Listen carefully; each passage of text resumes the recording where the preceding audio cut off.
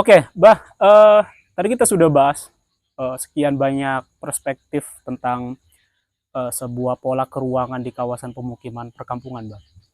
Nah, kalau kita komparasi, Bah, kita bandingkan dengan konsep pembangunan kawasan permukiman saat ini dengan zaman dulu, itu apa yang membedakan ya, Bah? Kalau sekarang yang membedakan adalah Hmm. satu pemukiman, Hmm. karena pemukiman adalah pemukiman industri, Ya. sehingga hampir banyak tempat-tempat pemukiman itu tidak memperhatikan drainase. Satu drainase. Satu drainase. Yang kedua, itu tempat untuk melakukan satu wilayah ruang hijau. Ruang terbuka hijau, ruang ya. terbuka hijau. Ya. Nah, ruang terbuka hijau ini karena posisinya sekarang untuk pola bermain anak, untuk hal-hal yang lain gitu kan. Ini agak banyak yang tidak tersedia gitu kan. Yes. Nah, sementara pemukiman orang dulu itu dikenal dengan istilah latar ambe. Latar ambe. Okay. Latar ambe pekarangan rumah yang lebar. Mereka untuk menyiapkan satu tempat untuk pola bermain anak. Nah, di mana dia lari. Nah, anak-anak ini nanti bisa diperjelas di episode berikutnya. Yes. Tentang pola permainan tradisional, dari mulai bagaimana petak umpet ini itu segala macam. Nah itu menarik. Nah, itu di latar ambe itu sebagai area markasnya, sebagai alun-alunnya, gitu. Alun-alun kampung gitu kan. Nah, sekarang kan nggak ada. Kampung-kampung hampir relatif tidak memiliki halaman yang luas untuk pola bermain anak. Karena pola pendidikannya ada di situ, ada di halaman itu, sehingga ketika tidak terjadi pekarangan halaman itu dijadikan untuk menjemur apapun segala macamnya. Nah, pola lingkungannya perbedaan dulu dengan sekarang. Sekarang itu pola ketika jalan aja itu banyak yang ditutup, banyak yang di portal, banyak yang ini segala macam gitu kan. Sementara orang dulu yang di portal itu pintu masuk dan pintu keluar. Nah, di kampung-kampung, di gang-gang itu anak-anak itu hampir semuanya tahu seluk-beluk kampung itu. Nah, ketika bermain mengajarkan anak-anak sebelum tugas negara, dia diajarkan lewat permainan tradisional. Di antara dari jenis permainan tradisional itu seperti kayak gobag, kayak bentengan, terus kayak jinglongan, terus hampir semua jenis permainan lah gitu kan di situ. Nah, kemudian menarik. Itu untuk mempersiapkan menjaga kampung itu sendiri gitu. Tanpa disadari masyarakat sudah mendidik masyarakatnya bagaimana tingkat leadership anak-anak untuk menggantikan generasi berikutnya. Nah, sementara pola pemukiman hari ini karena tidak memfasilitasi ruang publik untuk bermain anak, sehingga hampir relatif masyarakat, anak-anak dia bermain di rumah. Bermain individualis, gitu. Apalagi kalau di perumahan-perumahan. Kalau di kampung-kampung ya pastilah sedikit gitu kan. Tapi sekarang hampir rumah-rumah itu kan dipagar. Sementara rumah orang dulu tidak ada yang dipagar, kecuali mandor juga jarang dipagar, pasti akan menyediakan teras. Nah, di teras rumah itu akan tersedia air untuk minum. Sehingga siapapun yang datang ke para musafir atau para ini segala macam yang datang melewati pemukiman ketika malam hari, dia akan tidur di teras itu, akan makan, akan minum itu di air yang sudah tersedia di teras. Kalau sekarang kan kalau di masyarakat di luar Baduy, kalau di Baduy kan biasanya ada masih terjadi, ada teko, ada gelas, dan ada teras. Siapapun yang istirahat di situ silahkan gitu. Pas mau tiduran untuk lepas lelah minum juga silahkan gitu. Nah, sekarang yang di pemukiman yang ada di kampung-kampung yang di luar Baduy, untuk di Banten gitu kan, itu hanya ketika musim haji aja. Ketika ada orang yang berangkat haji, depan rumahnya tersedia air dan siapapun boleh minum di situ. Dan sekarang bentuknya bukan air yang sudah air kemasan gitu. Silahkan ambil gitu. Nah, akhirnya masyarakat kan posisinya agak segan gitu, untuk ngambil hanya orang-orang yang kenal yang ini aja. Nah, dulu pola-pola pemukiman seperti itu relatif artinya menjaga stabilitas keamanan sekaligus juga menjaga sosial. Karena antara rumah yang kaya dengan yang miskin hanya yang membedakan adalah bentuknya, tapi fungsinya hampir semuanya sama. Hampir semuanya sama ya, hampir semuanya sama. Dari keberadaan rumah itu, baik dari keberadaan yang kaya ataupun yang miskin gitu ya. Fungsinya sama, karena nggak ada batas, nggak ada pagar ini. Di bagian depan rumah itu, itu yang membedakannya. Nah, berarti kan kawasan pemukiman zaman dulu itu memberi kesempatan ya, Bang, buat penduduk itu supaya langsung punya hubungan yang lebih erat, ya kan, dengan lingkungan sekitar gitu. Bagaimana tadi pembangunan kawasan bermain gitu tuh, sehingga anak itu atau masyarakat itu betul-betul hidup di kampung itu, dan bukan sekedar punya kawasan, bukan sekedar mendiami kawasan itu atau permukiman itu, tapi aktivasinya luar biasa ya, Bang, ya kan. Jadi pola-pola yang seperti itu artinya posisinya orang-orang terdahulu itu kan semuanya menjaga lingkungannya. Bukan hanya petugas, tapi masyarakat juga berkewajiban menjaga lingkungannya. Karena menjaga lingkungannya, maka ada sanksi. Ada yang dari pihak pemerintahan desa atau pejabat kampung dengan ulama dengan petugas-petugas itu saling bahu-membahu gitu. Nah, sampel hari ini yang masih terlihat untuk di Banten adalah masyarakat di Baduy.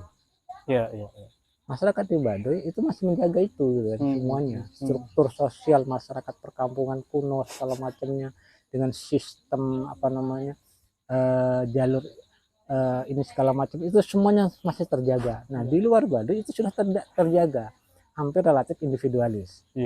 Nah, bahkan bukan hanya individualis, kita sering melihat di berita-berita di luar. Ketika di belakang rumahnya ada pembangunan rumah, kalau nggak komunikasi jalannya ditutup. Terus kalau nah ini kan artinya posisi seperti itu dulu kan nggak boleh. Dan siapapun orang yang membangun posisi pembangunan rumah segala macam itu harus mendapatkan akses jalan. Kenapa? Karena ada galengan. Kalau di pesawahan ada galengan untuk akses orang yang tanahnya yang paling belakang segala macam orang bisa lewat. Sekarang kan enggak, tutup semuanya jalan yang dari depan. Apalagi kalau melihat di daerah Pontang, hampir relatif orang yang di belakang padahal nggak jauh dari jalan raya, pinggir jalan itu dipenuhi sama pertokoan ruko-ruko segala macam. Padahal dulu itu masih sangat senggang ya, Bang. Artinya ada lorong istilahnya. Ada jalan yang disiapkan gitu untuk orang-orang yang ada di belakangnya. Memang sepeduli itu kan istilahnya, Bang. Memperhatikan tentang bagaimana orang lain tidak terhambat haknya gitu ya, sebagai pengguna jalan, sebagai warga di situnya gitu loh. Karena posisi jalan, kalaupun itu tanah milik pribadi, kalau itu sudah dilakukan orang banyak lalu lalang di situ, maka harus menyiapkan jalan, harus disiapkan.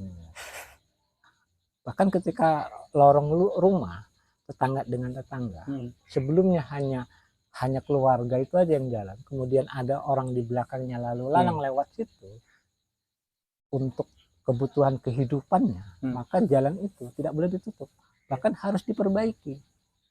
Supaya orang-orang di belakang merasa nyaman, merasa mendapat akses gitu. Kenapa? Ketika dia posisinya di hal yang sama, dia pun akan merasa seperti itu. Itu kan hanya posisi keberuntungan aja.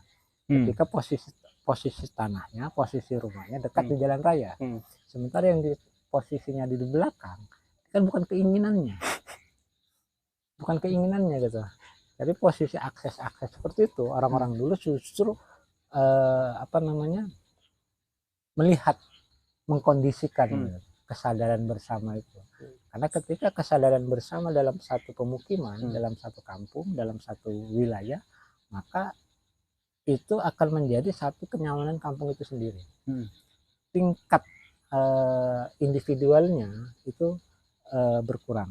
Yang pertama. Yang kedua, masyarakatnya guyub, akan selalu rukun, walaupun ada terjadi konflik segala macam akan mudah terselesaikan. Tapi kalau ada satu orang yang menutup pintu akses jalan segala macam yang di depan, yang nggak boleh akses, karena kan ketika nggak boleh akses supaya tanah ini dijual, diambil oleh ini. Itu kan teori-teori apa namanya, teori-teori perusahaan, korporasi. Jalan korporasi. Tanah yang dekat jalan itu dibeli dulu, nanti belakang ditutup semuanya supaya tanah yang di belakangnya itu diambil. Jadi kayak lubang kiong, kayak lubang semut gitu kan. Pintu masuknya dia ambil, kemudian ditutup segala macam, dia baru belakang tanahnya itu supaya harganya lebih murah. Karena tidak ada akses jalan. Itu kan apa namanya, posisi mendolimi orang-orang yang belakang, tanahnya ada di belakang. Nah, orang-orang dulu hampir semuanya posisi ketika tanahnya ada di belakang, karena posisi pembangunan rumah, maka dengan izin atau tidak dia akan memberikan fasilitas jalan itu. Apalagi kalau izin, saya mau bikin rumah di belakang ini, nanti posisinya saya minta jalan. Pertama jalan air, yang kedua jalan untuk lalu lintas. Nah, itu pasti akan diizinkan, diberikan spare setengah meter dan sebelahnya juga setengah meter, sehingga jadilah 1 meter. Kalau emang ada apa namanya, supaya masuk kendaraan, maka diberikan izin 1,5 meter, 1,5 meter, jadilah 3 meter. Nah, sekarang kan enggak cukup semuanya, serabut aja sekarang, serabut aja gitu.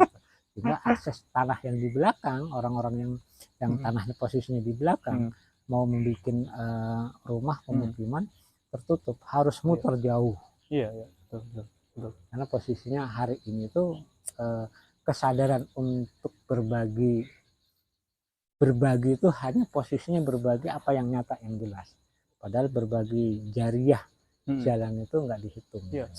Soal akses publik, hak dari sebuah tempat yang dihuni dan seterusnya juga mungkin mengalami degradasi gitu ya. Ya kan. Nah, kalau karena sekarang posisinya kayak gini, kenapa mengalami degradasi? Karena tanah itu dia dapat beli, harganya tinggi. Nah, karena dapat beli harganya tinggi, pas-pasan.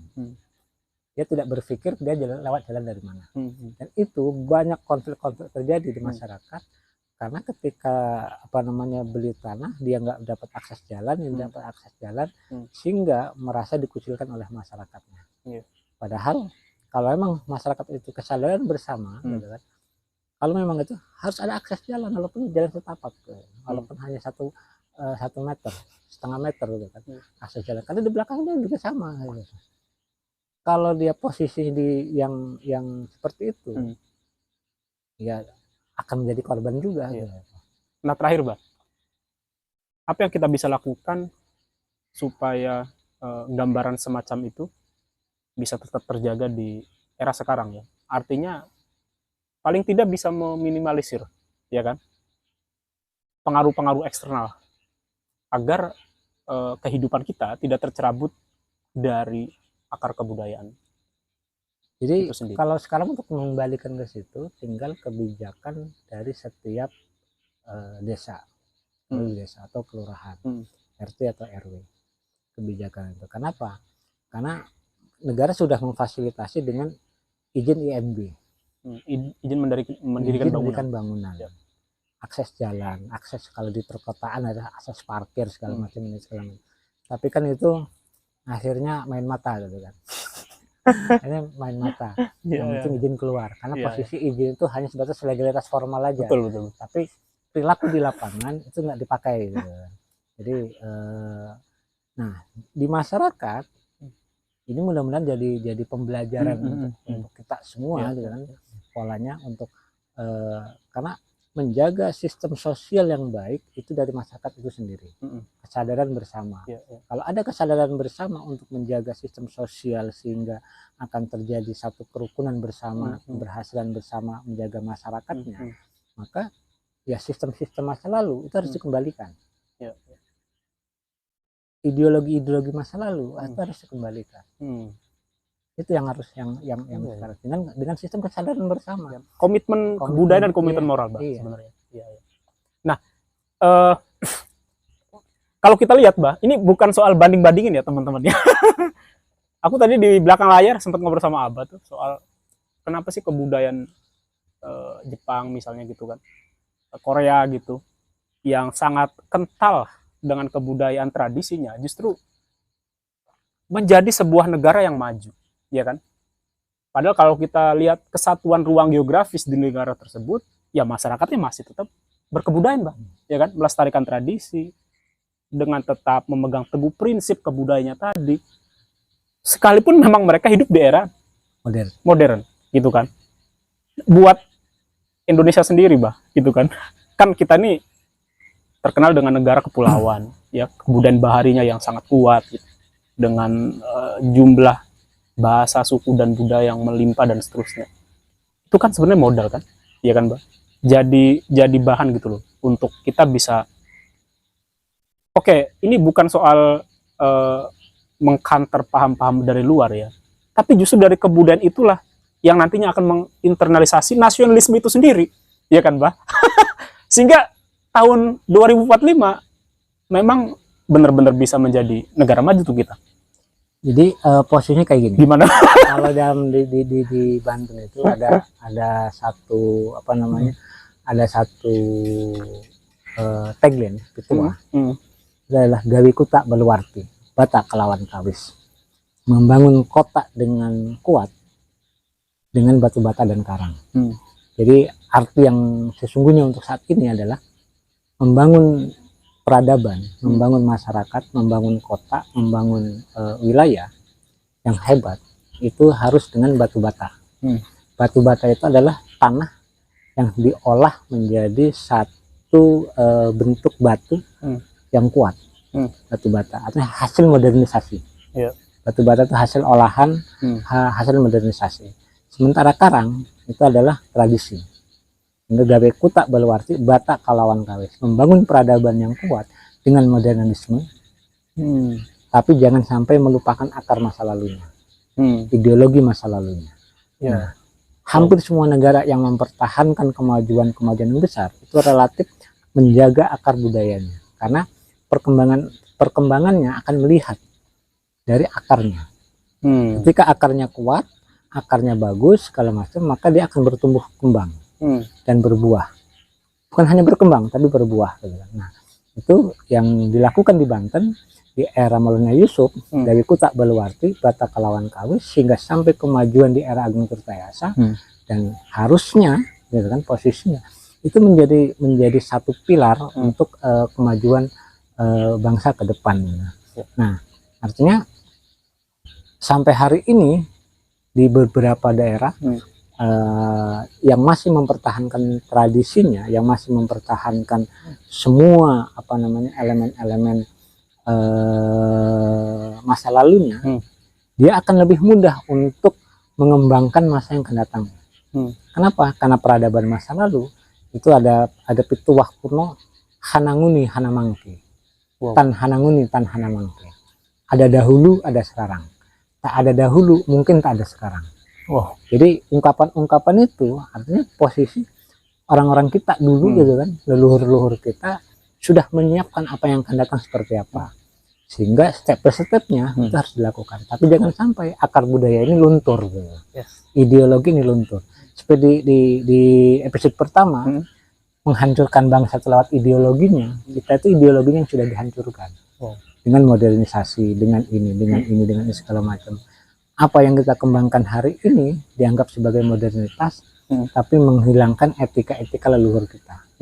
Ketika etika leluhur kitanya sudah mulai runtuh, maka disitulah sangat mudah untuk pola diadu domba. Nah, hampir semua daerah, semua negara, semua bangsa yang masih mempertahankan adat dan tradisinya, mereka akan lebih kuat jati dirinya. Thank you, Bah, untuk tema kita hari ini, malam ini, Deep Series yang keempat. Teman-teman, itulah tadi ulasan tentang sebuah fenomena kebudayaan terkait dengan pembangunan kawasan pemukiman tempo dulu. Inilah Meja Bundar. Sampai ketemu di episode berikutnya.